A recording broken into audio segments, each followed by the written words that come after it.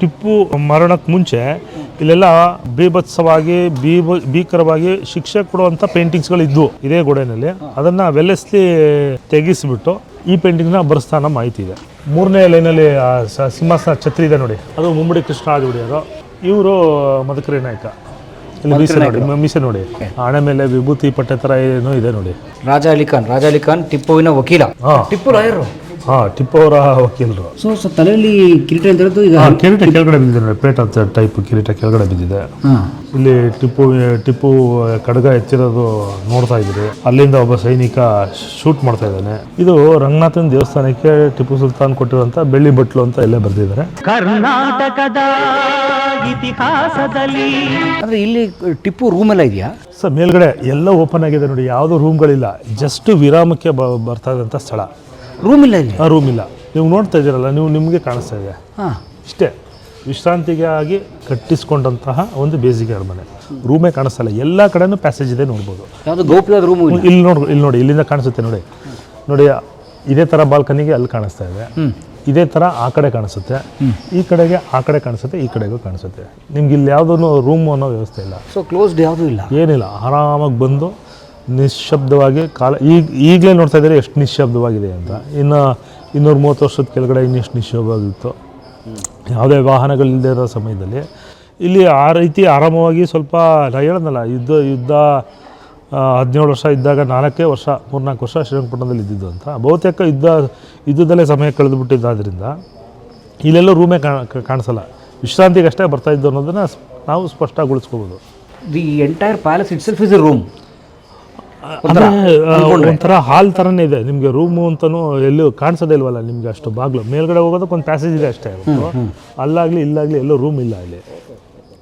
ಇದು ಟಿಪ್ಪು ದಿವಾನ್ ಖಾನೆ ಆರಾಮ್ ಮಾಡ್ತಾ ಇದ್ದು ಅಂತ ಒಂದು ದಿವಾನ್ ಕಾಟು ನೋಡಿ. ಇದು ಟಿಪ್ಪು ಆರಾಮ್ ದಿವಾನ್ ಖಾನೆ ನೋಡಿ. ಇಲ್ಲಿ ದಿವಾನ್ ಕಾಟು ಟಿಪ್ಪು ಸೋಫಾ ನೋಡ್ಬೋದು ನೋಡಿ. ಎಲ್ಲ ಸ್ವಲ್ಪ ಚಿಕ್ಕದಾಗಿದೆ, ಆರಾಮಾಗಿ ಕೂತ್ಕೊಳ್ಳೋ ತದ್ದಿದ್ದು. ಹೈಟಲ್ಲಿ ಏನೂ ಇಲ್ಲ. ಇದು ಅವರ ಹೈಟ್ಗೆ ಅವರ ಆರಾಮ ವ್ಯವಸ್ಥೆಗೆ ಯಾವ ರೀತಿ ಬೇಕೋ ಆ ರೀತಿ ಮಾರ್ಪಾಟ್ ಮಾಡ್ಕೊಂಡಿರೋವಂಥದ್ದು ಇದು. ಬಟ್ ಇದು 230 ವರ್ಷದ ಸೋಫಾ. ಹೌದು, ಎಲ್ಲ ಅಷ್ಟೇ ಹೇಳಿದೆ ಸರ್. ನಿಮಗೆ ಯಾವುದು ಇದೇ ಇಲ್ಲ. ಅದು ಎಲ್ಲ ಕೆಲವೊಂದಷ್ಟೆಲ್ಲ ಪಾಲಿಶ್ ಮಾಡಿದ್ದಿರ್ಬೋದೇ ಹೊರತು ಮೆಟೀರಿಯಲ್ ಎಲ್ಲ ಆವಾಗಲಿದೆ. ಮತ್ತು ನೋಡಿ ಸ್ನೇಹಿತರೆ, ಇಲ್ಲಿ ಆ್ಯಕ್ಚುಲಿ ನೀವು ಸೋಫಾ ನೋಡಿದ್ರೆ ಇವತ್ತು ನಾವು ಮನೆಗಳಲ್ಲಿ ಬಳಸೋ ಸೋಫಾಗಿಂತ ಅಗಲ ಇದೆ. ಅಂದರೆ ಫ್ರಂಟಿಗೆ ಅಗಲ ಇದೆ. ಅಂದರೆ ಅವ್ರು ವೆಲ್ ಬಿಲ್ಟ್ ಅವರೆಲ್ಲ. Well built. ಮತ್ತು ನಿಮ್ಗೆ ಕೂತ್ಕೋಬೇಕಲ್ಲ, ಮಹಾರಾಜರು ಅನ್ನೋದಕ್ಕೇ ಒಂದು ಸೀಟ್ ಇರ್ತದಲ್ಲ, ಮತ್ತು ಆರಾಮಾಗಿ ಕೂತ್ಕೋಬೇಕು, ವಿಶ್ರಾಂತಿ ಪಡಿಬೇಕು. ಸೊ ಎಲ್ಲವೂ ಕೂಡ ಚೊಕ್ಕವಾಗಿದೆ ನೋಡಿ. ನಿಮಗೆ ಈ ಥರ ಸೋಫಾ ನಿಮಗೆ ಅಥವಾ ಆ ಥರ ಕುರ್ಚಿ ನಿಮಗೆ ಬಹುತೇಕ ಕಮ್ಮಿ ಅನ್ಕೋತೀನಿ ಈ ಥರ ಸಿಗೋದು, ಈ ಥರ ಡಿಸೈನು. ಮತ್ತು ಈ ಕಂಬಗಳು ಸರ್ ಎಲ್ಲ ಟೀಕ್ವುಡ್ಡು. ಅದನ್ನು ಹಳೇ ಟೀಕ್ವುಡ್ಡು, ನಮ್ಮ ದೇಶದ ಟೀಕ್ವುಡ್ಡು. ಎಲ್ಲವೂ ಕೂಡ ಆಲ್ಮೋಸ್ಟ್ ಒಂದು 60 ಭಾಗ ಎಲ್ಲ ಕಟ್ಟಿಗೆಲೆ, ಅಂದರೆ ಮರದಲ್ಲಿ ಮಾಡಿರೋಂಥದ್ದು. ನಾನು ಇಲ್ಲೆಲ್ಲ ನೋಡ್ಬೋದು ಇವೆಲ್ಲ. ಇದು ನೋಡಿ, ಅದು ಎಷ್ಟು ಎತ್ತರದಲ್ಲಿ ಮೇಲೆ ಕಟ್ಸಿದ್ದಾರೆ ನೋಡಿ. ಅದು ಸಂಪೂರ್ಣವಾಗಿ ನೆಲದ ಮೇಲೆ ತಾಕಿಲ್ಲ. ಅದಕ್ಕೊಂದು ಸ್ವಲ್ಪ ಒಂದು ಪೀಠ ಮಾಡಿ ಅದ್ರ ಮೇಲೆ ಕಂಬ ಕೂರಿಸಿ ಅದ್ರ ಮೇಲೆ ಹೋಗಿರೋದು. ಅಂದರೆ ಮಣ್ಣು ತಿನ್ನಬಾರ್ದು, ಹುಳ ತಿನ್ನಬಾರ್ದು.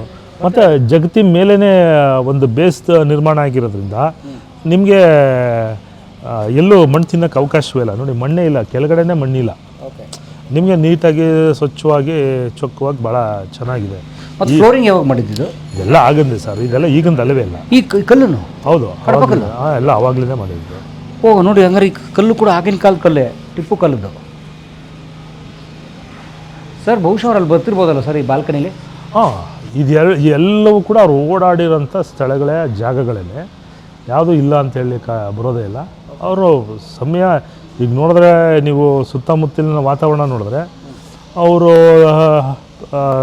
ಪರಿಸರಕ್ಕೆ ಅಂದರೆ ಗ್ರೀನರಿಗೆ ಎಷ್ಟು ಹತ್ತಿರವಾಗಿತ್ತು ಅವ್ರ ಮಾನಸಿಕತೆ ಅನ್ನೋದು ತೋರಿಸ್ತದೆ. ಅಲ್ಲೇ ಉಳ್ಕೊಂಬೋದಿತ್ತು. ಇಲ್ಲಿ ಬಂದರು ಅಂದರೆ ಅವರು ಇಷ್ಟಪಡ್ತಾಯಿದ್ರು ಅನ್ನೋದೇ ಅರ್ಥ. ನದಿ ತೀರ ಆಗ್ಬೋದು, ಈ ಹಚ್ಚ ಹಸಿರು ಆಗ್ಬೋದು, ಎಲ್ಲ ಅವ್ರು ಇಷ್ಟಪಡ್ತಾ ಇದ್ದು ಅಂತ ಅವ್ರ ಅಭಿರುಚಿಗೆ ತಕ್ಕಂತೆ ಅವ್ರು ನಿರ್ಮಾಣ ಮಾಡ್ಕೊಂಡಿದ್ದಾರೆ. ಅವರು ಅದಷ್ಟಲ್ದೇ ವೆಲ್ಲೆಸ್ಲಿ ಇಲ್ಲೊಂದು 2-3 ವರ್ಷ ಆಲ್ಟ್ ಮಾಡಿದ್ರ. ಆತ ಟಿಪ್ಪುನ ಸೋಲಿಸಿದ ನಂತರ ಆತ ಇಲ್ಲಿ 2-3 ವರ್ಷ ಯಾಕಿದ್ದ ಅಂದರೆ ಅಷ್ಟು ಚೆನ್ನಾಗಿತ್ತು ಈ ಪರಿಸರ ಅನ್ನೋ ಒಂದು ಕಾರಣ. ಆಮೇಲೆ ನೋಡಿ, ಆ್ಯಕ್ಚುಲಿ ಇದನ್ನು ನಾಶ ಮಾಡಿಲ್ಲ ಅವರು. ಈ ಉದಾಹರಣೆಗೆ ಶ್ರೀರಂಗಪಟ್ಟಣದ ಒಳಗಡೆ ಇದೆಯಲ್ಲ, ಕೋಟೆ ಒಳಗಡೆ ಇರೋ ಅರಮನೆನ ನಾಶ ಮಾಡಿದ್ದಾರೆ ಸಂಪೂರ್ಣ. ಆದರೆ ಈ ಅರಮನೆನ ನಾಶ ಮಾಡೋಕ್ಕೋಗಿಲ್ಲ ಸರ್. ಯುದ್ಧ ಆದಾಗ ಏನಾಗುತ್ತೆ ಅಂದರೆ, ಯುದ್ಧದಲ್ಲಿ ನೀವು ಒಂದು ಪದ ಕೇಳೇ ಇರ್ತೀರಿ, ಯುದ್ಧೋನ್ಮಾದ ಅನ್ನೋದು. ಯುದ್ಧೋನ್ಮಾದ ಯುದ್ಧ ಅಂದ್ರೆ ಅದು ಉನ್ಮಾದವೇ. ನಿಮಗೆ ಒಳಿತು ನಡೆಯೋದು ಭಾಳ ಕಮ್ಮಿ, ಕೆಡುಕುಗಳೇ ಜಾಸ್ತಿ. 6 ಅವರು ಯುದ್ಧ ನಡೆದು 6 ಅವರ್ ಆದಮೇಲೆ ಫುಲ್ಲು ಇದಾಗುತ್ತೆ, ಲೂಟಿಗಳು ನಡೆಯುತ್ತವೆ. ಆ ಲೂಟಿನಲ್ಲಿ ದೊಂಬಿನಲ್ಲಿ ಆ ಒಂದು ಅರಮನೆನ ಧ್ವಂಸಗೊಳಿಸಲಾಗ್ತದೆ. ಸೊ ಅದು ಹಂಗಾಯ್ತಿದ್ದು. ಸ್ವಲ್ಪ ಕೋಟೆಯಿಂದ ಹೊರಭಾಗದಲ್ಲಿ ಇದ್ದಿತ್ತು. ಸೊ ಜನ ಅಷ್ಟು ಕಮ್ಮಿ ಎಲ್ಲಿದ್ದಿದ್ದು ಎಲ್ಲಿ ಎಲ್ಲ ಗಂಜಾಮ್ನಲ್ಲಿ ಇದ್ದಿದ್ದು. ಗಂಜಾಮ್ನಲ್ಲಿ ಜನಗಳ ವಾಸ, ಕೋಟೆ ಮಾತ್ರ ಕೆಲವ್ರಿಗೆ ಮಾತ್ರ ಅದು ವಾಸ ಇರ್ತಾಯಿದ್ದು. ರಾಜ ಮಂತ್ರಿ ಅಲ್ಲಿ ಪೂಜೆ ಮಾಡೋದಕ್ಕೆ, ಅಲ್ಲಿ ವರ್ಗಗಳು ಅಷ್ಟೇ ಜನ ನಾಗರಿಕರೆಲ್ಲರೂ ಇಲ್ಲಿರ್ತಾಯಿದ್ರು, ಎಲ್ಲಿ ಗಂಜಾಮ್ನಲ್ಲಿ ಇರ್ತಾಯಿದ್ರು. ಸೊ ಅದು ಆ ಕಾರಣದಿಂದಾಗಿ ನಾಗರಿಕರ ಮೇಲೆ ಏನೋ ಇದಾಗ್ದೇ ಇದು ಸಪ್ರೇಟಾಗಿ ಉಳ್ಕೊತು. ಇದ್ದಲ್ಲಿ ಅದನ್ನು ಲೂಟಿ ಮಾಡಿದ್ರು ಅಷ್ಟೇ. ಅಲ್ಲ, ಇದು ಉಳ್ಕೊಂಡಿದ್ದು ಭಾಳ ಸಂತೋಷ ಆಯ್ತು ಸರ್. ಇವೆಲ್ಲ ರೆಕಾರ್ಡ್ ಇದು ಕೂಡ ಇವೆಲ್ಲ 2010ರಲ್ಲಿ ರೀಕಲರ್ಡ್ ಮಾಡಿರೋದು. ಸ್ನೇಹಿತರೆ, ಟಿಪ್ಪು ಅರಮನೆಯ ಬಾಲ್ಕನಿ ನೋಡಿ ಎಷ್ಟು ಚೆನ್ನಾಗಿದೆ. ಅದರ ಕಮಾನು ಇರುವಂತಹ ಬಾಲ್ಕನಿ ಆ ಕಾಲದ ಒಂಥರ ಇಂಡೋ ಸಾರ್ಸನಿಕ್ ಸ್ಟೈಲ್ ಅಂತ ಹೇಳ್ಬೋದು. ಆ ಶೈಲಿಯ ಒಂದು ಬಾಲ್ಕನಿ ಎಷ್ಟು ಚೆನ್ನಾಗಿದೆ. ಮತ್ತು ಈ ಮುಸಲ್ಮಾನರಿಗೆ ಸರ್ ಈ ಬಣ್ಣ ಚಿತ್ತಾರ ಡಿಸೈನ್ ಎಲ್ಲ ತುಂಬ ಇಷ್ಟ ಅವ್ರಿಗೆ. ಹೌದು, ನೀವು ಉತ್ತರ ಭಾರತದಲ್ಲಿ ತೊಗೊಂಡ್ರೆ ತಾಜ್ ಮಹಲ್ ಆಗ್ಬೋದು, ಆಮೇಲೆ ಕುತುಬ್ ಮಿನಾರು, ಕೋಟೆಗಳು, ಅವ್ರದ್ದೇ ಒಂದು ಕೆಲವು ಪ್ಯಾಲೇಸು, ರಾಜಸ್ಥಾನಲ್ಲಿ ಪ್ಯಾಲೇಸ್ಗಳು ಇರ್ಬೋದು, ಹುಮಾಯೂನ್ ಕಾ ಮಕ್ಬರ ಇದೆಯಲ್ಲ, ಎಲ್ಲವೂ ಕೂಡ ನಿಮಗೆ ಹೂವಿನ ಚಿತ್ತಾರ ಇಲ್ಲದೆ ಅಥವಾ ಕಲೆಗಳಿಲ್ಲದೆ ನಿಮಗೆ ಅಷ್ಟು ಸುಲಭವಾಗಿ ಮನಸ್ಸಿಗೆ ಅದು ಇಡಿಸೋದಿಲ್ಲ. ಅದು ನಿಮ್ಗೆ ಮನ್ಸಿಗೆ ಇಡಿಸ್ಬೇಕು ಅಂದರೆ ಕಲೆ ಇರಲೇಬೇಕು ಅಲ್ಲಿ. ನಿಮ್ಗೆ ಅದೇ ನಮ್ಮ ಬೇಲೂರು ಹಳೆ ಬೀಡಕ್ಕೆ ಬಂದರೆ ನಿಮಗೆ ಪೆನ್ನಲ್ಲಿ ಬರೆಯೋದಕ್ಕೂ ಕಷ್ಟ ಆಗೋದನ್ನ ಅವರು ಕಲ್ಲಲ್ಲಿ ಕೆತ್ಬಿಟ್ಟು ಹೋಗಿದ್ದಾರೆ. ಅದು ಇನ್ನೆಂಥ ರೆಕಾರ್ಡ್ ಇರಬೇಕು, ಇನ್ನೂ ಮಾರ್ಬಲ್. ಅದು ಸೋಮನಾಥ್ಪುರ ಹೆಂಗಿದೆ ನಿಮಗೆ, ತುಂಬ ತುಂಬ ನಮ್ಮ ಈ ಶಿಲ್ಪಕಲೆ ವಾಸ್ತುಶಿಲ್ಪ ನಮ್ಮ ಶ್ರೀರಂಗಪಟ್ಟಣ ಹತ್ರನೇ ಸೋಮನಾಥ್ಪುರ ಇರೋದ್ರಿಂದ ನಿಮಗೆ ಮೈಸೂರು, ಶ್ರೀರಂಗಪಟ್ಟಣ, ಸೋಮನಾಥ್ಪುರ ಮೂರೂ ನಿಮಗೆಲ್ಲ 50 ಕಿಲೋಮೀಟ್ರ್ ಡಿಸ್ಟೆನ್ಸ್ ಒಳಗಡೆ, ಆಲ್ಮೋಸ್ಟ್ 40 ಕಿಲೋಮೀಟ್ರನ್ನೇ ಅಂತ ಇಟ್ಕೊಳ್ಳಿ. ದಾರಿ ಗೊತ್ತಾಗದೆ ಒಂದು 5-6 ಕಿಲೋಮೀಟ್ರ್ ಹೋಗ್ಬೋದು ಅಷ್ಟೇ ಹೊರತು ರಸ್ತೆ ಸಂಪರ್ಕ ಭಾಳ ಚೆನ್ನಾಗಿದೆ. ಶ್ರೀರಂಗಪಟ್ಟಣದಿಂದ ಮೈಸೂರಿಗೆ ಬರ್ಬೋದು, ಇಲ್ಲ ಮೈಸೂರು ನೋಡ್ಕೊಂಡು ಸೋಮನಾಥ್ಪುರ ಹೋಗ್ಬೋದು, ಸೋಮನಾಥ್ಪುರ ನೋಡ್ಕೊಂಡು ಅಡ್ಡ ರೋಡ್ 27-28 ಕಿಲೋಮೀಟ್ರ್ ಇಲ್ಲಿಗೆ. ಅಂದರೆ ಪ್ರವಾಸಿಗರಿಗೆ, ಈಗ ನಿಮ್ಮ ಮಾಧ್ಯಮದ ಮುಖಾಂತರ ನೀವು ಮಾಡ್ತಾರೋ ಏನು ಹಿನ್ನೆಲೆ ಏನಿದೆ ಪ್ರವಾಸಿಗರಿಗೆ, ಇದು ನಿಮ್ಗೆ ಭಾಳ ಒನ್ ಡೇ ಟೂರ್ಗೆ ಭಾಳ ಅನುಕೂಲ ಆಗೋಂಥ ಇದು ಮಾರ್ಗಸೂಚಿಗಳು. ನಿಮಗೆ ಟೂರ್ಗೆ ಬರ್ತಾರೆ ಮೈಸೂರು ಹೋಗೋಣ ಕಣೋ ಅಂತ, ಹತ್ತಿರದಲ್ಲಿರೋದು ನೋಡೋದಿಲ್ಲ. ಶ್ರೀರಂಗಪಟ್ಟಣಕ್ಕೆ ಬಂದಿರ್ತಾರೆ, ಸೋಮನಾಥ್ಪುರ ಹೋಗಿರೋದಿಲ್ಲ. ಅಂದರೆ ಭಾಳ ತಿಳಿದಿರೋರು ಸೋಮನಾಥ್ಪುರ ಚೆನ್ನಾಗಿದೆ ಅಂತ ಬಾಯಿಂದ ಬಾಯಿಗೆ ಮಾಹಿತಿ ಹೋಗಿರೋರು ಹೋಗ್ತಾರೆ. ಗೊತ್ತಿಲ್ಲದಿರೋರಿಗೆ ನಿಮ್ಮ ವಿಡಿಯೋ ಮಾಹಿತಿ ಮುಖಾಂತರ ಒನ್ ಡೇ ಟೂರ್ಗೆ ಮೈಸೂರಿಗೆ ಬಂದು ಮೈಸೂರಿಂದ ಸೋಮನಾಥ್ಪುರ ಹೋಗಿ ಸೋಮನಾಥ್ಪುರದಿಂದ ಶ್ರೀರಂಗಪಟ್ಟಣಕ್ಕೆ ಬರ್ಬೋದು, ಇಲ್ಲ ಅಂದಿವೆ ಇಲ್ಲಿಗೆ ಬಂದು ಮೈಸೂರಿಗೆ ಹೋಗಿ ಸೋಮನಾಥ್ಪುರ ಮುಗಿಸ್ಕೋಬೋದು. ಹಂಗೆ ಬೆಂಗಳೂರಿಗೆ ಹೊರಟೋಗ್ಬಿಡ್ಬೋದು, ಮದ್ದೂರು ಕನೆಕ್ಟ್ ಆಗುತ್ತೆ ರೋಡು. ಇದು ಭಾಳಷ್ಟು ಜನಕ್ಕೆ ಇದು ಮಾಹಿತಿ ಅಲ್ಲಿದ್ದಾರೆ ಹೋಗಿ ಸರ್. ಹಾಂ, ಇದೆಲ್ಲವೂ ಕೂಡ ಟಿಪ್ಪುವಿನ ಆಳ್ವಿಕೆಯಲ್ಲಿ ಆತನ ಕಾಲಮಾನದವ್ರು ಯಾರ್ಯಾರು ರಾಜ್ಯಭಾರ ಮಾಡಿದ್ರು ಅವ್ರುಗಳ ಪೇಂಟಿಂಗು. ಆದರೆ ಸರಿಯಾಗಿ ಅವ್ರು ಯಾರ್ಯಾರು ಅನ್ನೋದು ಮಾಹಿತಿ ಇಲ್ಲ. ಅದರಲ್ಲಿ ಒಂದನ್ನು ಮಾತ್ರ ಗುರ್ತಿಡಿಬೋದು. ಒಂದು ಮದಕರಿ ನಾಯಕರನ್ನ, ಇನ್ನೊಂದು ಮುಮ್ಮಡಿ ಕೃಷ್ಣರಾಜ ಒಡೆಯರನ್ನ ನಾವು ಗುರ್ತಿಡಿಬೋದು. ಕಾರಣ ಏನಪ್ಪ ಅಂದರೆ ಮುಮ್ಮಡಿ ಕೃಷ್ಣರಾಜ ಒಡೆಯರವ್ರು ಕೂತಿರೋದು ರತ್ನ ಖಚಿತ ಸಿಂಹಾಸನ ಒಂದು ಪೇಂಟಿಂಗ್ನಲ್ಲಿ. ಇನ್ನೊಂದು ಮದಕರಿ ನಾಯಕರದು ಮೀಸೆ ಮತ್ತು ಅವರ ಒಂದು ಫಿಸಿಕ್ಕು, ಅವ್ರ ಗಾಂಭೀರ್ಯ, ಅದು ಗೊತ್ತಾಗುತ್ತಲ್ಲ, ದೊಡ್ಡ ಮೀಸೆ ಅದಿಲ್ಲಿ ನೋಡ್ಬೋದು. ಇದಕ್ಕೆ ಮುಂಚೆ ಟಿಪ್ಪು ಮರಣಕ್ಕೆ ಮುಂಚೆ ಇಲ್ಲೆಲ್ಲ ಬೀಭತ್ಸವಾಗಿ ಭೀಕರವಾಗಿ ಶಿಕ್ಷೆ ಕೊಡುವಂಥ ಪೇಂಟಿಂಗ್ಸ್ಗಳು ಇದ್ವು ಇದೇ ಗೋಡೆಯಲ್ಲಿ. ಅದನ್ನು ವೆಲ್ಲೆಸ್ಲಿ ತೆಗೆಸಿಬಿಟ್ಟು ಈ ಪೇಂಟಿಂಗ್ನ ಬರೆಸ್ತಾನ ಮಾಹಿತಿ ಇದೆ. 3ನೇ ಲೈನಲ್ಲಿ ಸಿಂಹಾಸನ ಛತ್ರಿ ಇದೆ ನೋಡಿ, ಅದು ಮುಖ ಏನೋ ಕೆತ್ತಬಿಟ್ಟಿದ್ದಾರೆ. ಹಾಂ ಹೌದು, ಅಂದರೆ ಸ್ವಲ್ಪ ಹಾಳಾಗಿದೆ, ಕೆಲವೊಂದು ಈ ವಿರೂಪ ಆಗಿದೆ, ಇಲ್ಲೂ ಕೆಳಗಡೆ ಆಗಿದೆ ನೋಡ್ಬೋದು. ಅದು ಮುಮ್ಮಡಿ ಕೃಷ್ಣರಾಜ ಒಡೆಯರು. ಇವ್ರು ಮುಮ್ಮಡಿ ಕೃಷ್ಣರಾಜ ಒಡೆಯರು, ಅವರು ಮುಮ್ಮಡಿ ಕೃಷ್ಣರಾಜ ಒಡೆಯರು. ಹಾಂ ಹಾಂ, ಓಕೆ. ಇವರು ಮದಕರಿ ನಾಯಕ. ಇಲ್ಲಿ ಮೀಸೆ ನೋಡಿ, ಓಕೆ. ಹಣೆ ಮೇಲೆ ವಿಭೂತಿ ಪಟ್ಟೆ ಥರ ಏನೋ ಇದೆ ನೋಡಿ. ಅಂದರೆ ಸರ್ ಇವರೆಲ್ಲ ಹೈದರ್ ಅಲಿ ಹತ್ರ ಸಾಮಂತರಾಗಿದ್ದರು. ಅವ್ರ ಸಮಾನ ಕಾಲದಲ್ಲಿ ಆಳ್ವಿಕೆ ನಡೆಸ್ತಂಥವ್ರು ಕೆಲವರು ಬೇರೆ ಬೇರೆ ಪ್ರಾಂತ್ಯಗಳಲ್ಲಿ. ಹೌದೌದು, ಓಕೆ. ಮೈಸೂರಿನ ಒಡೆಯರು ಅಂತ ಗುರುತಿಡಿಯೋದಕ್ಕೆ ಸಾಧ್ಯವೇ ಆ ಒಂದು ಸಿಂಹಾಸನ. ಈಗ ಸ್ವಲ್ಪ ಮೆಟ್ಲು ಕೊಟ್ಟಿದ್ದಾರೆ, ಸ್ವಲ್ಪ ಬೇರೆ ಇದಾಗಿದೆ. ಅದು ಹಳೆಯದರಲ್ಲಿ ಹಂಗೆ ಇದ್ದಿದ್ದು. ಇದು ಅದೇ ಮೈಸೂರಿನ ಒಡೆಯರು, ಅದಕ್ಕೆ ಸಂಬಂಧಪಟ್ಟವ್ರು. ಇಮ್ಮಡಿನೋ ಅವ್ರು ಇರಬೇಕು, ಯಾಕಂದರೆ ಮುಮ್ಮಡಿ ಅವಾಗ ಇನ್ನೂ ಚಿಕ್ಕವರು. ಇಮ್ಮಡಿ ಕೃಷ್ಣರಾಜ ಒಡೆಯರು ಇಲ್ಲ ಕಾಸ ಚಾಮರಾಜ ಒಡೆಯರು ಯಾರೋ ಇರ್ತಾರೆ. ಬಟ್ ಮೈಸೂರು ರಾಜರು ಇವರು ಮದಕರಿ ನಾಯಕರು. ಆ್ಯಕ್ಚುಲಿ ಚಿತ್ರಕಲೆ ವಿದ್ಯಾರ್ಥಿಗಳಿಗೆ BFA ಓದ್ತಿರ್ತಾರಲ್ಲ ಚಿತ್ರಕಲೆ ಫೈನ್ ಆರ್ಟ್ಸು ಅವ್ರು ಇದನ್ನೆಲ್ಲ ಬಂದು ಅಧ್ಯಯನ ಮಾಡೋಕ್ಕೆ ತುಂಬ ಸೂಕ್ತವಾದ್ದು. ಯಾವ ಬಣ್ಣ ಬಳಸಿದ್ದಾರೆ, ಯಾವ ಥರ ಬಳಸಿದ್ದಾರೆ, 250 ವರ್ಷ ಆದರೂ ಬಾಳಿಕೆ ಬಂದಿದೆಯಲ್ಲ, ಹೇಗಿದು ಅಂತ ನೋಡೋಕ್ಕೆ ಭಾಳ ಸೂಕ್ತವಾದ್ದು. ಆಮೇಲೆ ಇಲ್ಲಿ ಸ್ವಲ್ಪ ಆಕರ್ಷಣೀಯವಾಗಿ ಕಾಣೋಂಥದ್ದು, ಇಲ್ಲಿ ಒಬ್ಬ ಮಹಿಳೆ ಆ ಹುಕ್ಕ ಸೈತಾರ ಅಂತ ಸನ್ನಿವೇಶ ನೋಡ್ಬೋದು. ಹುಕ್ಕ ಅಲ್ಲಿಗೆ ಕಾಣಿಸ್ತಾ ಇದೆ ನೋಡಿ, ಪೈಪು ಆ ಮಹಿಳೆ ಹಿಡಿದಿರೋದು. ಅಲ್ಲೊಬ್ಳು ಒಂದು ಸಂಗೀತದ ಉಪಕರಣ ನೀವು ನೋಡ್ಬೋದು. ಅದು ಭಾಳ ಅದಕ್ಕೆ ಬೇರೆ ಏನೋ ಒಂದು ಹೆಸರಿದೆ. ಅದು ವೀಣೆನೂ ಅಲ್ಲ, ಗಿಟಾರು ಅಲ್ಲ, ಸಂತೂರ್ ಸರೋದ್ ಇಂಥದ್ದು ಏನೋ ಒಂದು ಇದೆ. ಅದು ನನಗೆ ಸರಿಯಾಗಿ ಬರ್ತಾಯಿಲ್ಲ. ಅದು ಯಾರನ್ನ ಈ ಮ್ಯೂಸಿಕ್ ಗೊತ್ತಿರೋ ಸ್ವಲ್ಪ ಕಮೆಂಟ್ ಹಾಕಿ ಹೇಳಿ, ನಮಗೂ ಗೊತ್ತಿಲ್ಲ. ಇದೊಂದು ವಿಶೇಷ, ಮಹಿಳೆಯರನ್ನ ಇಲ್ಲಿ ತೋರಿಸ್ತಿರೋದು.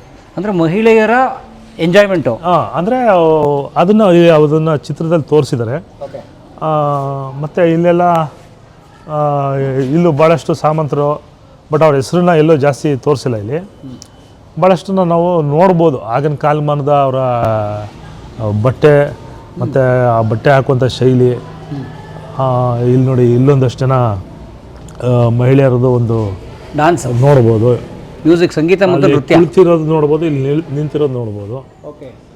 ಭಾಳಷ್ಟು ಈ ಥರ ಪೇಂಟಿಂಗ್ಸ್ಗಳು ಇವೆಲ್ಲ ಕಾಲಾಂತರದಲ್ಲಿ ಮಾಡಿರೋವಂಥದ್ದು. ಅದಕ್ಕೆ ಮುಂಚೆ ಎಲ್ಲ ಕೆಲವೊಂದು ಪನಿಷ್ಮೆಂಟ್ ಕೊಡುವಂಥ ಪೇಂಟಿಂಗ್ಸ್ಗಳಿತ್ತು ಇಲ್ಲಿ. ಬನ್ನಿ ಒಳಗಡೆ ಹೋಗೋಣ. ಟಿಪ್ಪು ಅರಮನೆ ಒಳಗಡೆ ಹೋಗೋಣ ನಾವೀಗ. ಇವೆಲ್ಲವೂ ಟಿಪ್ಪುವಿನ ಆಳ್ವಿಕೆಗೆ ಒಳಪಟ್ಟಂಥ ಸ್ಥಳಗಳಿವೆ. ಉದಾಹರಣೆಗೆ ಇಲ್ಲಿ ನೋಡ್ಬೋದು, ಉತ್ತರಾಯ ದುರ್ಗ, ಉತ್ತರಿದುರ್ಗ ಸ್ನೇಹಿತರೆ. ಉತ್ತರಿದುರ್ಗ ಇದೆಯಲ್ಲ ಕುಣಿಗಲ್ ಹತ್ರ, ಅದು ನೋಡಿ. ಆಮೇಲೆ ಇಲ್ಲಿ ಹುಲಿದುರ್ಗ, ಹುಲಿದುರ್ಗದ ಕೋಟೆ. ಭಾಳಷ್ಟು ಒರಿಜಿನಲ್ ಪ್ರಿಂಟ್ ಎಲ್ಲ ಲಂಡನ್ನಲ್ಲಿದ್ದಾವೆ. ಇದೆಲ್ಲ ಅದರದ್ದು ಒಂದು ಪ್ರಿಂಟ್ಗಳಿದು. ಇದು ಸ್ನೇಹಿತರೆ, ಈ ಚಿತ್ರನ ಜೇಮ್ಸ್ ಹಂಟರ್ ಅನ್ನೋರು ಚಿತ್ರಿಸಿ ಲಂಡನ್ನಲ್ಲಿ ಪ್ರಕಟ ಆಯ್ತಂತೆ 805ರಲ್ಲಿ. ಆಮೇಲೆ ಈಸ್ಟ್ ಇಂಡಿಯಾ ಕಂಪ್ನಿಯ ಸೈನಿಕರು ನೋಡಿ, ಈಸ್ಟ್ ಇಂಡಿಯಾ ಕಂಪ್ನಿ ಸೈನಿಕರು ಬಿಡ್ಬಿಟ್ಟಿರೋದು ನೋಡಿ ಇಲ್ಲಿ ನೋಡಿ. ಇವರು ಬದ್ರುಜ್ ಜಮಾನ್ ಖಾನ್ ಅಂತ. ಇವರು ಟಿಪ್ಪುವಿನ ಚಿಕ್ಕಪ್ಪನ ಮಗ. ಈತ ಧಾರವಾಡ ಕೋಟೆ ಸೇನಾಧಿಪತಿ ಆಗಿದ್ದರು. ಈತನ ರೇಖಾಚಿತ್ರ ಥಾಮಸ್ ಹಿಕ್ಕಿ ಅನ್ನೋರು ಬರೆದಿರೋದು. ರಾಜ ಅಲಿ ಖಾನ್ ಟಿಪ್ಪುವಿನ ವಕೀಲ. ಟಿಪ್ಪು ಲಾಯರು. ಟಿಪ್ಪು ಅವರ ವಕೀಲರು. ಟಿಪ್ಪು ವಕೀಲ. ಈತ ಶ್ರೀರಂಗಪಟ್ಟಣದ ವಿಚಾರ ವಿನಿಮಯ ಒಪ್ಪಂದದಲ್ಲಿ ಪ್ರಮುಖ ಪಾತ್ರ ವಹಿಸಿದ್ದ. ಈತನ ರೇಖಾಚಿತ್ರ ವೆಲ್ಲೂರಿನ ಥಾಮಸ್ ಹಿಕ್ಕಿ ಅನ್ನೋ ಆರ್ಟಿಸ್ಟ್ ಬರೆದಿರೋದಿಲ್ಲ. ನೋಡಿ, ಇವರು ಈ ಆರ್ಬಿಟ್ರೇಷನ್ ಅಂತ ಕರೀತಾರೆ ಈಗಿನ ಭಾಷೆಗೆ. ಆರ್ಬಿಟ್ರೇಷನ್ ಅಂದರೆ ಈ ಒಪ್ಪಂದಗಳು, ಮಾತುಕತೆ ಇತ್ಯಾದಿ, ಅದನ್ನು ಮಾಡ್ತಿದ್ದವರು ಟಿಪ್ಪು ಮಧ್ಯದಲ್ಲಿ. ಒಂಥರ ಸಂಧಾನಕಾರರ ಥರ. ಒಟ್ಟಿನಲ್ಲಿ ಅದೇ ಈ ಬ್ರಿಟಿಷರಿಗೂ ಮತ್ತು ಟಿಪ್ಪುಗೂ ಮಧ್ಯ ಸೇತುವೆಯಾಗಿ ಕಾರ್ಯನಿರ್ವಹಿಸಿದಂಥವ್ರು. ಸರ್ ಒಳಗಡೆ ನೋಡಿ, ಸರ್ ಒಳಗಡೆ. ಒಳಗಡೆ ನಾನು ನಿಮ್ಗೆ ಹೇಳಿದ್ನಲ್ಲ, ಮತ್ತೆ ಮರದ ಹಲಗೆಗಳೆಲ್ಲ ಬಳಸಿದ್ದಾರೆ ಅಂತ, ಅದೇ ಇದು. ಅದ್ರ ಮೇಲೆ ಸೀಲಿಂಗ್ ಇದೆ. ಇದು ಮೇಲ್ಗಡೆ ಹೋಗೋದಕ್ಕೆ ದಾರಿ. ಸರ್ ಬಾಗಿಲು. ಬಾಗಿಲು, ಆಗಿನ ಕಾಲದ ಬಾಗಿಲು.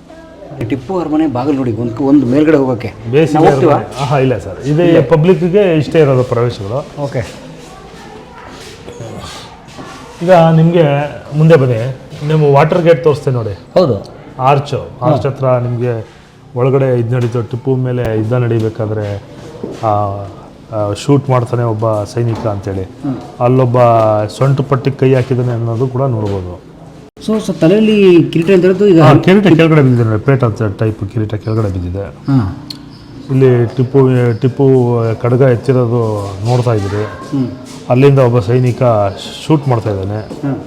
ಅಂದರೆ ಅಳತೆನಲ್ಲಿ ಸ್ವಲ್ಪ ಹೆಚ್ಚು ಕಮ್ಮಿ ಇರ್ಬೋದು ಸ್ಥಳ. ಅದೇನೆ ವಾಟರ್ ಗೇಟ್ ಸುರಂಗ ಇತ್ತಲ್ಲ, ಸುರಂಗಲ್ಲ, ಆರ್ಚು. ವಾಟರ್ ಗೇಟ್ ಆರ್ಚ್ ಇತ್ತಲ್ಲ, ಸೈಡ್. ಅದೇ ಬಾಲ್ಟ್. ಅದೇ ನದಿ ಕಡೆಯಿಂದ ಬರೋದು. ನದಿ ಕಡೆಯಿಂದ ಬರ್ತಾರೆ. ಸೂಪರ್. ನೋಡಿ, ಆ ವಿಡಿಯೋ ನೀವು ನೋಡ್ಬೋದು. ಸರ್ ಒಳ್ಳೆ ಮಾಹಿತಿ ಕೊಟ್ಟಿದ್ದಾರೆ. ಅದನ್ನು ನೋಡಿ. The last effort and fall of Tipu ಸುಲ್ತಾನನ ಕೊನೆಯ ಹೋರಾಟ. ಇದು 3ನೇ ಮೈಸೂರು ಯುದ್ಧದಲ್ಲಿ ಸೋತ ನಂತರ ಬ್ರಿಟಿಷರಿಗೆ ಯುದ್ಧದ ಕೆಲವೊಂದು ನಷ್ಟನ ಭರಿಸ್ಕೊಡ್ಬೇಕಾಗುತ್ತದೆ. ಅಂದರೆ ಏನು ಯುದ್ಧ ಆಗಿರ್ತದೆ ಆ ನಷ್ಟ ಎಲ್ಲ ಟಿಪ್ಪು ಭರಿಸ್ಕೊಡ್ಬೇಕು. ಆಗಿನ ಕಾಲಕ್ಕೆ ಸುಮಾರು 3 ಕೋಟಿ ಮೇಲಷ್ಟು ಯುದ್ಧ ನಷ್ಟವನ್ನು ಕೊಡಬೇಕಾಗಿರ್ತದೆ. ಟಿಪ್ಪು ಕೊಡೋಕ್ಕಾಗದೇ ಇದ್ದ ಸಮಯದಲ್ಲಿ ಇಬ್ಬರು ಮಕ್ಕಳನ್ನ, ಅಂದರೆ ಅಬ್ದುಲ್ ಖಾಲಿಕ್ ಅಂತ, ಮೈಜುದ್ದೀನ್ ಅಂದ್ಬಿಟ್ಟು 2ನೇ ಮತ್ತು 3ನೇ ಮಗನನ್ನು ಒತ್ತೆ ಆಳಾಗಿ ಕೊಡೋದು. ಒಟ್ಟು 6 ಜನ ಮಕ್ಕಳನ್ನ ತೋರಿಸಿದ್ದಾರೆ ಇಲ್ಲಿ. ಅವ್ರಿಗೆ 3 ಜನ ಹೆಂಡ್ತಿರಿದ್ರು ಅಂತ ಕೆಲವು ಕಡೆ ಹೇಳ್ತಾರೆ, ಕೆಲವು ಕಡೆ 2 ಅಂತ ಹೇಳ್ತಾರೆ. ಬಟ್ 6 ಜನ ಮಕ್ಕಳನ್ನ ಇಲ್ಲಿ ತೋರಿಸಿದ್ದಾರೆ. ಅದರಲ್ಲಿ ಈ 2 ಮತ್ತು 3ನೇ ಮಗನ ಯುದ್ಧದ ಒತ್ತೆ ಆಳನ್ನಾಗಿ ಬಿಟ್ಟಿರ್ತಾರೆ ಅಲ್ಲಿ. 2 ವರ್ಷದ ನಂತರ ವಾಪಸ್ಸು ಕರೆಸ್ಕೊತಾರೆ. ಯಾವ ಊರಲ್ಲಿ ಇರ್ತಾರೆ ಅವರು? ಬ್ರಿಟಿಷ್ ಹತ್ರನೇ, ಬ್ರಿಟಿಷ ಇದರಲ್ಲೇ ಇರ್ತಾರೆ ಅವರು. ಅವ್ರು ಸೂಪರ್ ಅವರಿಬ್ಬರು ಈ ವೈಟ್ ಡ್ರೆಸ್ ಹಾಕೊಂಡಿರೋದು. ಹಾಂ ನೋಡಿ, ಟಿಪ್ಪು ಮಕ್ಕಳವರು. ಹೌದು ನೋಡಿ, ಇದು ಕೂಡ ಕರ್ಕೊಂಡು ಹೋಗ್ತಾ ಇರೋದು. ಇದಕ್ಕೆ ಇನ್ನೊಂದು ಇನ್ನೊಂದು ದೃಶ್ಯ ಆಗಲಿ. ಹೌದು ನೋಡಿ, ಒತ್ತೆಯಾಳದ ಟಿಪ್ಪು ಸುಲ್ತಾನನ ಮಕ್ಕಳನ್ನು ಮಾರ್ಕಸ್ ಕಾರ್ನ್ ವಾಲಿಸನಿಗೆ ಒಪ್ಪಿಸುತ್ತಿರುವ ದೃಶ್ಯ. ಯುದ್ಧ ಅಂದರೆ ಹಾಂ, ಎಲ್ಲ ಹೋದರು ಸರ್. ಅದೇ ಯುದ್ಧೋನ್ಮಾದ ಅಂತ ಹೇಳಿದ್ನಲ್ಲ ಸರ್. ಇಲ್ಲ ಅಂದಿದ್ರೆ ಇರ್ಬೋದಿತ್ತು, ಆರಾಮಾಗಿ ಸಂಧಾನ ಮಾಡ್ಕೊಂಡು ಮತ್ತು ಇನ್ನೊಂದು ಮಾಡ್ಕೊಂಡು ಇರ್ಬೋದಿತ್ತು. ಬಟ್ ಹೈದರ್ ವೀರ ಅನ್ನೋದ್ರ ಜೊತೆಗೆ ಒಳ್ಳೆ ಡಿಪ್ಲೊಮ್ಯಾಟ್ ಅದ, ರಾಜತಾಂತ್ರಿಕ ಕೂಡ. ರಾಜತಾಂತ್ರಿಕ ಆಗಿದ್ದಕ್ಕೇ 2 ಯುದ್ಧ ಗೆದ್ದಿದ್ದು. ಅದು ಮರಾಠರಿಗೆ ಮತ್ತು ನಿಜಾಮ್ಗೆ ಸ್ವಲ್ಪ ಹಣದ ಆಮಿಷ ಒಡ್ಡಿ ಇದಕ್ಕೆ ನೀವು ಪಾಲ್ಗೊಳ್ಬೇಡಿ, ಅವ್ರ ಜೊತೆ ಸೇರಿಕೊಂಡು ಅಂತ ದೂರ ಇಟ್ಟು ಗೆದ್ದಿದ್ದು. ಆಮೇಲೆ ಆತನಿಗೆ ಗೊತ್ತಿತ್ತು ಏನು ಮಾಡಿದ್ರೆ ಹೇಗೆ ನಡೆಯುತ್ತೆ. ಯಾಕಂದರೆ ಅದು ಹುಟ್ಟು ಬಂದಿದ್ದು ರೂಟು ಹೆಂಗೆ ಅಂದರೆ, ಮೊದಲು ಸೈನಿಕ ಸೇರೋ ಮುಂಚೆ ಕೆಲಸ ಮಾಡ್ತಾ, ಆಮೇಲೆ ಕಾಲಾಳಾಗಿ ಸೇರಿಕೊಂಡು ಸೈನ್ಯದಲ್ಲಿ ಕುದುರೆ ಲಾಯದಲ್ಲಿ ಕೆಲಸ ಮಾಡಿ, ಆನಂತರ ಒಂದು 20 ಜನ ತುಕಡಿಗೆ 50 ಜನ ತುಕಡಿಗೆ ನಾಯಕನಾಗಿ ಅಲ್ಲಿ ಸ್ವಲ್ಪ ಪರಾಕ್ರಮ ತೋರಿ ನಂಜರಾಜ ಒಡೆಯರ್ಗೆ ಹತ್ತಿರ ಆಗಿ, ಆನಂತರ ನಂಜರಾಜ ಒಡೆಯರಿಂದ ಎಲ್ಲವೂ ತನ್ನ ತೆಕ್ಕೆಗೆ ತಗೊಂಡು ಆಲ್ಮೋಸ್ಟ್ ದಕ್ಷಿಣ ಭಾರತದಲ್ಲಿ ಸುಮಾರು ಪ್ರಾಂತ್ಯಗಳನ್ನ ಆತ ರಾಜ್ಯಭಾರ ಮಾಡಿರ್ತಾರೆ. ಅಂದರೆ ಮೈಸೂರಿನ ಒಡೆಯರ ಪರವಾಗಿ. ಸೊ ಆತ 782 ನಂತರ ಸತ್ತ ನಂತರ ಟಿಪ್ಪು ಸಂಪೂರ್ಣ ಜವಾಬ್ದಾರಿ ತಗೋತಾರೆ. ಆಗ ನೇರಾಗಿ ತಾನೇ ಸುಲ್ತಾನ ಅಂತ ಘೋಷಣೆ ಮಾಡಿಕೊಂಡು ರಾಜ್ಯಭಾರ ಪ್ರಾರಂಭ ಮಾಡಿ ಅಪ್ ಟು 1799ವರೆಗೂ ಆತನ ಆಳ್ವಿಕೆಯಲ್ಲಿರ್ತದೆ. ಆದರೆ ನನಗನ್ಸೋದು ಟಿಪ್ಪುಗೆ ಒಂದು ವಯಸ್ಸಿನ ಅನುಭವವು ಕಡಿಮೆ ಇತ್ತು, ಈ ರಾಜತಾಂತ್ರಿಕತೆ ಭಾಳ ಮುಖ್ಯ ಅಂತ ಅನ್ನಿಸ್ಲಿಲ್ಲ ಆತನಿಗೆ. ಸರ್, ಅದು ನಿರ್ಣಯ ತಗೋಬೇಕಾಗಿರ್ತದೆ ನೋಡಿ, ಕೀ ಡಿಸಿಷನ್ಸ್, ಮುಖ್ಯವಾದ ನಿರ್ಣಯಗಳು. ಡಿಸಿಷನ್ ತಗೋಬೇಕಾದ್ರೆ ನಿಮಗೆ ಪೂರ್ಣಯ್ಯನ ಕಡೆಯಿಂದ ಭಾಳಷ್ಟು ಡಿಸಿಷನ್ಗಳು ಬರ್ತಾಯಿತ್ತು. ಲಾಸ್ಟ್ ಅಂದರೆ ಕೊನೆ ಮೂಮೆಂಟಲ್ಲಿ 2 ಮಕ್ಕಳನ್ನ ವಾಪಸ್ಸು ತಗೊಂಡ ಮೇಲೆ, ಅದರ ವಾಪಸ್ನ ನಷ್ಟವನ್ನು ಯುದ್ಧದ ನಷ್ಟವನ್ನು ಭರ್ತಿ ಮಾಡಬೇಕಾದ್ರೆ ಜನಗಳಿಂದ ಕಂದಾಯ ಜಾಸ್ತಿ ಆಗೋಗುತ್ತೆ. ಅಂದರೆ ಕಂದಾಯ ಜಾಸ್ತಿ ಮಾಡಲೇಬೇಕು. ಒಂದಕ್ಕಿದ್ದು 10ರಷ್ಟು 6ರಷ್ಟು ಆಗ್ತಾಯಿರ್ತದೆ. ಜನಗಳ ವಿರೋಧ ಬರ್ತದೆ. ಆ ವಿರೋಧ ಯಾರೇ ಇಟ್ಕೊಂಡಿರ್ತಾರೆ ಅವ್ರನ್ನೆಲ್ಲ ಇವರು ಬ್ರಿಟಿಷ್ ಆಗ್ಬೋದು, ಮತ್ತು ಇಲ್ಲಿ ಲೋಕಲ್ಲು ಇವನು ಟಿಪ್ಪು ವಿರುದ್ಧ ಪಿತೂರಿ ನಡೆಸ್ತಾ ಇದ್ದವರು ಎಲ್ಲ ಒಟ್ಟಾಗಿ ಕೊನೆಗೆ ಮೀಸಾದಿಕತ್ರ ಬಂದು ಕೊನೆಗೆ ಪಿತೂರಿ ಈ ಮಟ್ಟಕ್ಕೆ ನಡೆಯುತ್ತೆ. ಟಿಪ್ಪನ್ನು ಸೋಲಿಸಲೇಬೇಕು. ಒಂದು ಇದನ್ನು ಮೈಸೂರಿನ ರಾಜವಂಶಸ್ಥರಿಗೆ ಅದನ್ನು ವಾಪಸ್ಸು ಕೊಡಿಸೋ ನಿಟ್ಟಿನಲ್ಲೂ ಕೆಲಸಗಳೆಲ್ಲ ನಡೆಯುತ್ತವೆ. ಅದು ನಡೆದು ಕೊನೆಗೆ ನೆಕ್ಸ್ಟು ಮುಮ್ಮಡಿ ಕೃಷ್ಣರಾಜ ಒಡೆಯರನ್ನೇ ಸಿಂಹಾಸನದಲ್ಲಿ ಕೂರಿಸೋದು. ಅವ್ರಿಗೂ ಭಾಳಷ್ಟು ವರ್ಷಗಳ ಕಾಲ ರಾಜರು ಅನ್ನೋದು ಆಡಳಿತ ಕೈಗೆ ಸಿಗೋದಿಲ್ಲ. ಕೊನೆ ಹಂತದಲ್ಲಿ ಚಾಮರಾಜ ಒಡೆಯರ್ ಅವ್ರಿಗೆ ಸಿಗ್ತದೆ. ಆಮೇಲೆ ನಾಲ್ವಡಿ ಕೃಷ್ಣರಾಜ ಒಡೆಯರ್ ಅವ್ರಿಗೆ ಸಿಗ್ತದೆ. ಯಾಕಂದರೆ ದತ್ತು ಮಕ್ಕಳಿಗೆ ಇದು ರಾಜ್ಯ ಭಾರ ಮಾಡೋವಂಥದ್ದು ಇಲ್ಲ ಅಂತ ಒಂದು ಕಾನೂನು ಬಂದಿರ್ತದೆ. ಆವಾಗ ಒಂದಷ್ಟು ಇವ್ರಿಗೆ ತೊಡಕಿರ್ತದೆ ಯಾರಿಗೆ, ಮುಮ್ಮಡಿ ಕೃಷ್ಣರಾಜ ಒಡೆಯರ್. ಸೊ ಈ ಥರ ಭಾಳಷ್ಟು ಇತಿಹಾಸದಲ್ಲಿ ಇತಿಹಾಸದಲ್ಲಿ ಸೇರ್ಕೊಂಡಿದ್ದೇವೆ. ನಿಮ್ಗೆ ಒಂದು ಹೇಳಿ ಒಂದು ಬಿಡೋಕ್ಕಾಗೋದಿಲ್ಲ. ಒಂದಕ್ಕೊಂದಕ್ಕೆ ಸಂಬಂಧ ಇದ್ದೇ ಇರ್ತದೆ. ಆ ಯುದ್ಧದ್ದು ಸಂಬಂಧವೇ ಹಂಗೆ. ಈಗ 3ನೇ ಯುದ್ಧದಲ್ಲಿ ಗೆದ್ದು ಬಿಟ್ಟಿದ್ರೆ ಟಿಪ್ಪುದು ಕೆಲವೊಂದು ಇದು ಚೇಂಜ್ ಆಗ್ತಾಯಿತ್ತು. ಇಲ್ಲ 4ರಲ್ಲಿ ಗೆದ್ದು ಬಿಟ್ಟಿದ್ರು ಅಥವಾ ಸಂಧಾನ ಮಾಡ್ಕೊಂಡಿದ್ರು ಬೇರೆ ರೀತಿ ಇತಿಹಾಸ ಚೇಂಜ್ ಇರ್ತಾಯಿತ್ತು. ಅದು ಸೋಲಾಗಿ ಬೇರೆ ಬೇರೆ ಚಿತ್ರಣ ತಗೋಬೇಕು. ಇಡೀ ಭಾರತ ಬ್ರಿಟಿಷ್ ಆಕ್ರಮಿಸ್ಕೊಂಡ್ರು. ಅಂದರೆ ಇಡೀ ದಕ್ಷಿಣ ಭಾರತದಲ್ಲಿ ಬ್ರಿಟಿಷರು ಬರ್ದಂಗೆ ಒಂದು ರೀತಿ ಇದ್ದಿದ್ದೇ ಟಿಪ್ಪು ಸುಲ್ತಾನ್. ಒಂದು ಹೇಳ್ತೀನಿ ಕೇಳಿ, ಈ ರಾಬರ್ಟ್ ಕ್ಲೈವ್ ಹೆಸರು ಕೇಳಿದ್ದೀರ ನೀವು? Robert Clive British officer. British ಬಂಗಾಳದಲ್ಲಿ ಒಂದು ಯುದ್ಧ ನಡೆಯುತ್ತೆ, ಪ್ಲಾಸಿ ಕದನ. ಅದಕ್ಕೆ ಅಲ್ಲಿ ಹೆಲ್ಪ್ ಮಾಡಿದವನು ಮೀರ್ ಜಾಫರ್. ಅವ್ರಿಗೆ ಬ್ರಿಟಿಷರಿಗೆ ಹೆಲ್ಪ್ ಮಾಡಿದವನು. ಇಲ್ಲಿ ಮೀರ್ ಸಾದಿಕ್. ನೀವು ಅಲ್ಲಿ ಅವರು ಒಂದು ಭದ್ರವಾಗಿ ಒಂದು ಬುನಾದಿ ಹಾಕೋಕ್ಕೆ ಪ್ಲಾಸಿ ಕದನ ಇದಾಗುತ್ತೆ. ಈ 4ನೇ ಆಂಗ್ಲೋ ಮೈಸೂರು ಮೀರ್ ಸಾದಿಕ್ನಿಂದ ಅಂದರೆ ಟಿಪ್ಪು ಆಳ್ವಿಕೆ ಅಂತ್ಯ ಆದಮೇಲೆ ಇಲ್ಲಿ ಇನ್ನೂ ಭದ್ರವಾಗಿ ನೆಲೆ ಹೊರಕ್ಕೆ ಅವಕಾಶ ಆಗೋಗುತ್ತೆ. ಅಲ್ಲಿ ಎಷ್ಟು ಭಾಳ ಕಮ್ಮಿ, ಸುಮಾರು 1000 ಒಳಗಡೆ ಇದ್ದಂಥ ಯಾರು ಬ್ರಿಟಿಷ್ ಸೈನಿಕರು ಅಷ್ಟನ್ನು ಹೊಡೆದಾಕ್ಬಿಡ್ತಾರೆ ಇಲ್ಲಿ ಪ್ಲಾಸಿಕತನದಲ್ಲಿ. ಅಲ್ಲೂ ಇದೇ ಥರ ಪಿತೂರಿ ಆಗುತ್ತೆ, ಮೀರ್ ಜಾಫರ್ ಮಾಡ್ದಂಗೆ, ಈ ಮೀರ್ ಸಾದಿಕ್ ಮಾಡ್ದಂಗೆ ಅಲ್ಲಿ ಮೀರ್ ಜಾಫರ್ ಮಾಡ್ತಾನೆ. ಸೊ ಎರಡಕ್ಕೂ ಸ್ವಲ್ಪ ಸಿಮಿಲಾರಿಟಿ ಉಂಟು. ಆದರೆ ಬ್ರಿಟಿಷರಿಗೆ ತುಂಬ ದೊಡ್ಡ ಸಿಂಹ ಸ್ವಪ್ನ ಆಗಿದ್ದೆ ಟಿಪ್ಪು ಸುಲ್ತಾನ್. ಹೌದು, ದಕ್ಷಿಣ ಭಾರತ ಆಕ್ರಮಿಸ್ಕೊಳ್ಳೋಕ್ಕೆ. ನಿಮಗೆ 4 ಯುದ್ಧ ಬ್ರಿಟಿಷರ ಜೊತೆ ಆಡಿರೋವಂಥ ಸಂಸ್ಥಾನ ಯಾವ್ದಾದ್ರು ಇದ್ದರೆ ಅದು ಮೈಸೂರು ಸಂಸ್ಥಾನ. ಮೈಸೂರು ಸಂಸ್ಥಾನ ಅಂದರೆ ಅಲ್ಲಿಗೆ ಹೈದರಲ್ಲಿ ಬರ್ತಾನೆ. ಆಗ ಆತ ಇನ್ನು ನವಾಬ್, ಆತ ಮೈಸೂರಿನ ರಾಜರ ಅಧೀನದಲ್ಲಿ ಆತ ಯುದ್ಧನ ಎದುರಿಸಿರ್ತಾನೆ. 2ನೇ ಯುದ್ಧದಲ್ಲಿ ಆತನ ಸಾವಾಗ್ತದೆ. 3 ಮತ್ತು 4 ಟಿಪ್ಪು ಯುದ್ಧನ ಸೋಲ್ತಾನೆ, ಆಂಗ್ಲೋ ಮೈಸೂರು ವಾರ್. ನೋಡಿ ಸ್ನೇಹಿತರೆ, ಟಿಪ್ಪು ಕಾಲದ ಆಗಿನ ನೋಡಿ ವರ್ಣಚಿತ್ರ ಪೇಂಟಿಂಗ್ ಅಂದರೆ ನಾವು ಈಗೆಲ್ಲ ಗೋಡೆಗಳ ಮೇಲೆ ಪೇಂಟಿಂಗ್ ಫೋಟೋ ತಂದಾಗ್ತೀವಲ್ಲ, ಆತ ಪೇಂಟ್ ಮಾಡಿಸ್ಕೊಂಡಿದ್ದೆ ನೋಡಿ. ಟಿಪ್ಪು ಪೇಂಟ್ ಮಾಡಿಸ್ಕೊಂಡಿರೋದು. ನಾವೀಗ ಟಿಪ್ಪು ಸುಲ್ತಾನ್ ಅರಮನೆ ಒಳಗಡೆ ಹೋಗೋಣ. ಟಿಪ್ಪು ಅವರ ಫರ್ನಿಚರ್, ಅವರ ಸೋಫಾ, ಅವರ ಊಟದ ಟೇಬಲ್ಲು, ಅವರು ಮಲ್ಕೋತಾ ಇದ್ದಂಥ ಅಥವಾ ಆರಾಮ ಮಾಡ್ತಾ ಇದ್ದಂತಹ ರಾಜನ ದಿವಾನ್ ಕಾಟು. ಇದು ರಂಗನಾಥನ ದೇವಸ್ಥಾನಕ್ಕೆ ಟಿಪ್ಪು ಸುಲ್ತಾನ್ ಕೊಟ್ಟಿರುವಂಥ ಬೆಳ್ಳಿ ಬಟ್ಲು ಅಂತ ಇಲ್ಲೇ ಬರೆದಿದ್ದಾರೆ. ದೇವಸ್ಥಾನಗಳಿಗೆ ಕೆಲವೊಂದು ಕೊಡುಗೆಗಳು ನೀಡಿರೋದು ಉಂಟು. ಇವನ್ ಮೇಲ್ಕೋಟೆಯಲ್ಲಿ 1 ಗಂಟೆ ಮತ್ತು ಡಂಗೂರ, ಮತ್ತು ಇಲ್ಲೊಂದು ಜಾಸ್ತಿ ಇದು ಬಡಿತಾರೆ ನೋಡಿ, ಡಂಗೂರ ನಗಾರಿ, ಅದು ನಗಾರಿ ಕೊಟ್ಟಿರೋದಿದೆ. ರಂಗನಾಥನ ದೇವಸ್ಥಾನ ಹೌದು. ಬಟ್ ನೀವು ಹೇಳ್ತಾ ಇದ್ದೀರಿ ಇದು ರಂಗನಾಥ ಸ್ವಾಮಿ ದೇವಸ್ಥಾನ ಕೊಟ್ಟಿರುವಂಥ ಬೆಳ್ಳಿ ಬಟ್ಲು ಅಂತ, ಅಲ್ಲಿ ನಗಾರಿ ಎಲ್ಲ ಕೊಟ್ಟಿದ್ದಾರೆ ಅಂತ. ಬಟ್ ತುಂಬ ಜನ ಹೇಳ್ತಾರೆ ಟಿಪ್ಪು ಸುಲ್ತಾನ್ ದೇವಸ್ಥಾನ ವಿಭಜಕ. ಆ ಥರ ಏನೂ ಇಲ್ಲ. ಆಗಿನ ಕಾಲದಲ್ಲಿ ಯುದ್ಧದಲ್ಲಿ ತನಗೆ ಯಾರ್ಯಾರು ಪಿತೂರಿ ಮಾಡಿದ್ರು, ಎಲ್ಲೆಲ್ಲಿ ಯುದ್ಧ ನಡೆದಿರ್ತದೆ, ಯುದ್ಧ ನಡೆದಾಗ ಎಲ್ಲ ಕಡೆನೂ ಕೆಲವೊಂದು ವಿಧ್ವಂಸಕ ಕಾರ್ಯ ನಡೆದಿರ್ತದೆ. ಸೊ ರಾಜನಿಗೆ ಎದುರಾಗಿ ನಿಲ್ಲೋರನ್ನ ರಾಜ ಶಿಕ್ಷೆ ಶಿಕ್ಷಿಸ್ತಾ ಇದ್ದಿದ್ದು ರಾಜಧರ್ಮ ಎಲ್ಲ ಕಡೆನೂ ನಡೆಯುವಂಥದ್ದೇ ಇದು. ಎಲ್ಲ ಕಾಲದಲ್ಲೂ ಅಂದರೆ ಈಗಲೂ ನೀವು ಸರ್ಕಾರಕ್ಕೆ ಕೆಲವೊಂದು ಇದಾಗಿ ನೀವು ಮಾತಾಡಿದ್ರೆ ಬಂಧಿಸೋದು ಎಲ್ಲ ನಡೆಯುತ್ತೆ ಅದು. ಸೊ ಆಗಿನ ಕಾಲದಲ್ಲೂ ನಡೆದಿದೆ. ಹಲವಾರು ದಾಖಲೆಗಳು ಕೂಡ ಅದನ್ನು ನೀವು ನೋಡಿದಾಗ ತಿಳ್ಕೊಬೋದು. ಈಗ ನಾವು ಏನಾದ್ರು ಮಾತಾಡ್ತು ಅಂದರೆ ಈಗ ದೇಶದ್ರೋಹಿ ಅಂತ ಹೇಳ್ತೀವಿ. ಆವಾಗ ದೇಶದ್ರೋಹಿ ಅನ್ನೋ ಕಲ್ಪನೆ ಇರಲಿಲ್ಲ, ರಾಜದ್ರೋಹಿ, ನಾಡದ್ರೋಹಿ ಅಂತ ಇತ್ತು. ಇದು ನಿಮಗೆ ಈ ದ್ರೋಹಿ ಅನ್ನೋ ಕಲ್ಪನೆನೇ ಬೇರೆ ಆಗೋಗುತ್ತೆ. ಸ್ವಾತಂತ್ರ್ಯ ಪೂರ್ವ ಅನ್ನೋ ಒಂದು 150 ವರ್ಷದ ಹಿಂದೆ ನಿಮಗೆ ನಾಡದ್ರೋಹಿ, ರಾಜದ್ರೋಹಿ, ಸ್ವಾಮಿ ದ್ರೋಹಿ ಈ ಪದ ಉಪಯೋಗಿಸ್ತಾ ಇದ್ರು. ಈಗ ಬೇರೆ ಪದ ಬರುತ್ತೆ ನೋಡಿ. ನಿಮಗೆ ಆ ಇತಿಹಾಸದ ಕಾಲಘಟ್ಟ ನಿಮಗೆ ಬದಲಾಗ್ತಾ ಜನಗಳ ಮೆಂಟಾಲಿಟಿನೂ ಬದಲಾಗ್ತಾ ಹೋಗ್ತಾ ಇರ್ತದೆ. ಟಿಪ್ಪುನ ಅರ್ಥ ಮಾಡ್ಕೋಬೇಕು ಅಂದರೆ ನೀವು ಯಾವುದೋ ಒಂದು ಪುಸ್ತಕ, ಯಾವುದೋ ಒಂದು ಇಟ್ಕೊಂಡು ಓದೋಕ್ಕಾಗೋದಿಲ್ಲ. ನಿಮ್ಗೆ ನಾವು ಬತ್ತೇರಿ ಹತ್ತಿದ್ವಿ ಗೊತ್ತಾ, ಮೇಲೆ ಹತ್ತಿದಾಗ ಎಲ್ಲನೂ ಕಾಣ್ತಾ ಇತ್ತು ಗೊತ್ತಾ ನಿಮಗೆ. ಸೊ ನಾವು ನಮ್ಮ ಬೌದ್ಧಿಕತೆ ಆ ಮಟ್ಟದಿಂದ ನೋಡಿದಾಗ ನಮಗೆ ಎಲ್ಲನೂ ಗೊತ್ತಾಗುತ್ತೆ. ನೀವೆಲ್ಲೋ ಕೆಳಗಡೆಯಿಂದ ನೋಡಿದ್ರೆ ನಿಮ್ಗೆ ಇಷ್ಟೇ ಕಾಣೋದು, ಇಷ್ಟು ಕಾಣುತ್ತೆ. ನೀವು ಸ್ವಲ್ಪ ಮೇಲ್ಗಡೆ ಹೋದರೆ ನಿಮಗೆ ಎಲ್ಲವೂ ಇದು ಹೀಗಿದೆ, ಇದು ಹಾಗಿದೆ ಅಂತ ಆಲೋಚನೆ ಮಾಡೋವಂಥ ಬೌದ್ಧಿಕತೆ ಬರಬೇಕು. ಸುಮ್ಮನೆ ಇತಿಹಾಸ ಹೀಗೆ ಇತ್ತು ಅನ್ನೋದನ್ನ ಹೇಳ್ಬೋದೇ ಹೊರತು ಹೀಗಿರಬಾರ್ದಾಗಿತ್ತು, ಹೀಗೆ ಮಾಡಬಾರ್ದಾಗಿತ್ತು. ಈಗ ನೀವು ತೋರಿಸ್ತಾ ಇರೋದು ಹೀಗಿತ್ತು ಅಂತ ಅಷ್ಟೊಂದು ತೋರಿಸ್ಬೋದು. ಅವ್ರು ಮಾಡಿದ್ದು ತಪ್ಪು, ಇವರು ಹೀಗೆ ಮಾಡಿದ್ದು ಸರಿ ಅಂತ ಹೇಳ್ಬೇಕಾದ್ರೆ ನಾವು ಕೇಳಿರೋದು, ಬರೀ ಓದಿರೋದು, ನೋಡಿರೋರಲ್ಲ.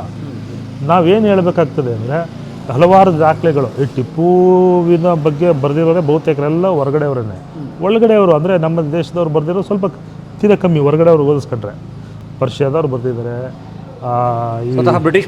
ಬ್ರಿಟಿಷರು ಬರೆದಿದ್ದಾರೆ, ಇವರು ಪರ್ಷಿಯಾದವರೆಲ್ಲ ಬರೆದಿದ್ದಾರೆ. ಈಗ ನಾನು ಕೆಲವೊಂದು ಫರ್ಮಾನ್ಗಳಿದೆ ಟಿಪ್ಪು ಸುಲ್ತಾನ್ದು, ಆ ಸುತ್ತೋಲೆಗಳು, ಆರ್ಡರ್ಸ್ಗಳನ್ನ ಅದನ್ನು ಕನ್ನಡಕ್ಕೆ ಅನುವಾದ ಮಾಡಿ ಇಡಬೇಕು. ಏನೇನಿತ್ತು ಈಗ ಇಷ್ಟೊಂದು ಚರ್ಚೆಗಳು ನಡೀತಾವಲ್ಲ ಟಿಪ್ಪು ಸುಲ್ತಾನ್ ಬಗ್ಗೆ. ಆತನ ಹೈದರ್ನಾಮ ಅಂತ ನಿಮ್ಗೆ ಹೇಳಿದೆ, ಅಲ್ಲಿರೋ ಡೀಟೇಲ್ಸ್ಗಳನ್ನ ತೆಗೆಸ್ಬೇಕು. ಆಸಕ್ತರು ಓದಿ ಮಾಡಿ, ಅದ್ರ ಮೇಲೆ PhD ಮಾಡಿ, ಅದ್ರ ಮೇಲೆ ಒಂದು ಸಬ್ಜೆಕ್ಟ್ ಇಡಿ. ನಿಮಗೆ ಅದು ಒಂದು ಗೊತ್ತಾಗಬೇಕು. ನಿಮಗೆ ಒಂದು ಇತಿಹಾಸದ ಬಗ್ಗೆ ಮಾತಾಡಬೇಕಾದ್ರೆ ರೈಟ್ ಟು ಲೆಫ್ಟ್ ಅಂತ ನೋಡಿದೆ, ನೇರವಾದ ದೃಷ್ಟಿನಲ್ಲಿ ಇದು ಹೀಗೆ ಇತ್ತು ಅಂತ ಮಾತಾಡೋದು ಅಥವಾ ನೋಡೋದು, ತಿಳ್ಕೊಳ್ಳೋದಿದೆಯಲ್ಲ, ಸ್ವಲ್ಪ ಅಧ್ಯಯನ ಕೇಳಿದ್ರೇ ಅದು ಗೊತ್ತಾಗೋದು.